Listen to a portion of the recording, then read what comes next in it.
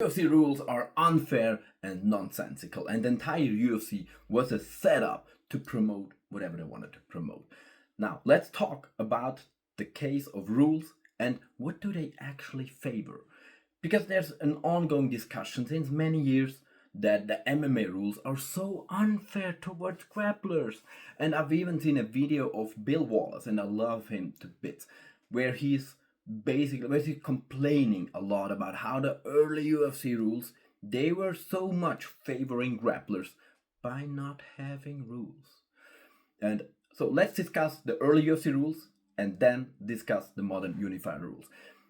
What he said, what Bill Wallace said, is basically what most people think. Oh, there's no rules, and that's very unfair. The grapplers are allowed to do whatever they want to. Yeah, the strikers are also allowed to do whatever they want to, but they can't.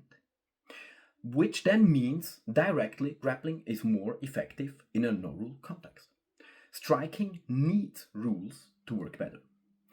That's just the case, right? That's just how it is.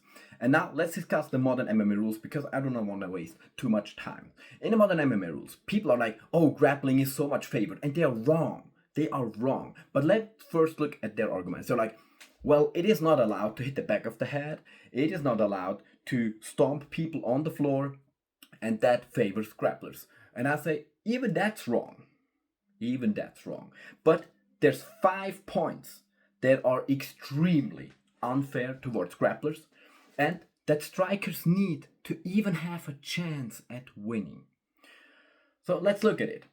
Hitting the back of the head, that favors the one who is on top, which is more likely the grappler than the striker. Yes, there are some cases where the striker could hit the back of the head, but there's many cases where the grappler could do that.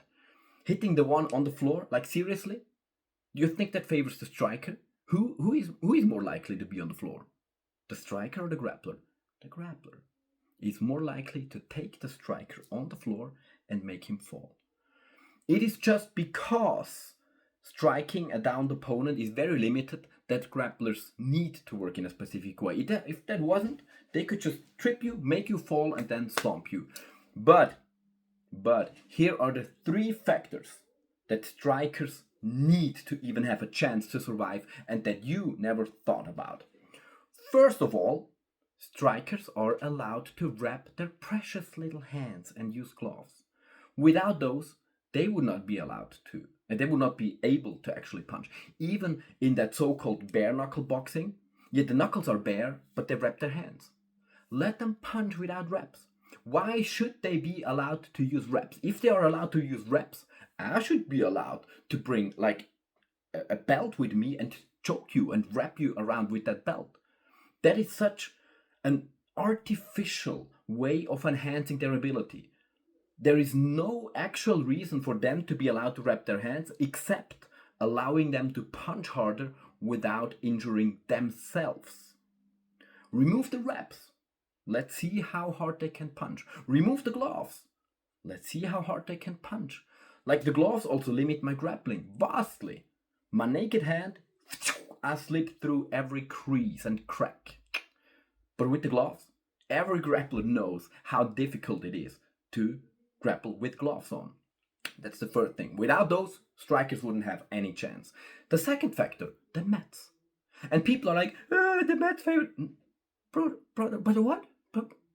But what? Would you like me to throw you on the pavement? You think that's less effective? You think wrestling would be less effective on a hard floor? Listen, I have worked as a bouncer for a couple of years. I have thrown people on pavement.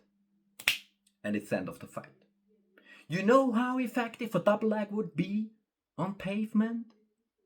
It's like, seriously? We want to talk about that? You know how effective that would be? You know how effective ground and pound would be if you would be on your back on pavement and behind your head would be pavement? So that's that. Strikers need the mat, not grapplers, strikers. And the third, the rounds. So the strikers need the referee to survive because without rounds, the grappler takes you down once and then that's it. Then you stay down forever and ever. The time is very long and you will lose. If it is in 5 minutes, in 10, in 15, it doesn't matter. But no, in a modern MMA context, if I take you down, if the grappler takes you down, then your sorry little ass gets saved by your best friend. Lucky for you, the ref comes and saves you from me. And then you get a little break, you get to breathe, and then do we continue where I had you? No. No. The ref is like, no, grappler, let him go. So unfair. You are like destroying him. No. Let's continue standing. If you want to take him down, you can take him down for a maximum of 5 minutes. And then we will start striking again. For the only reason to see more striking. Only to give the striker a better chance. Only for that. Because again, I repeat myself, so you really understand. Because without rounds, all it would need is one takedown. One. At any time, I wait, I will go backwards, one takedown, and that's it. Without those three things, reps, gloves, mats, and rounds, the striker would not have any chance. Nothing at all. That would be it. That would be it. Think about, write me in the comments what you think about that analysis, and now start training to grapple.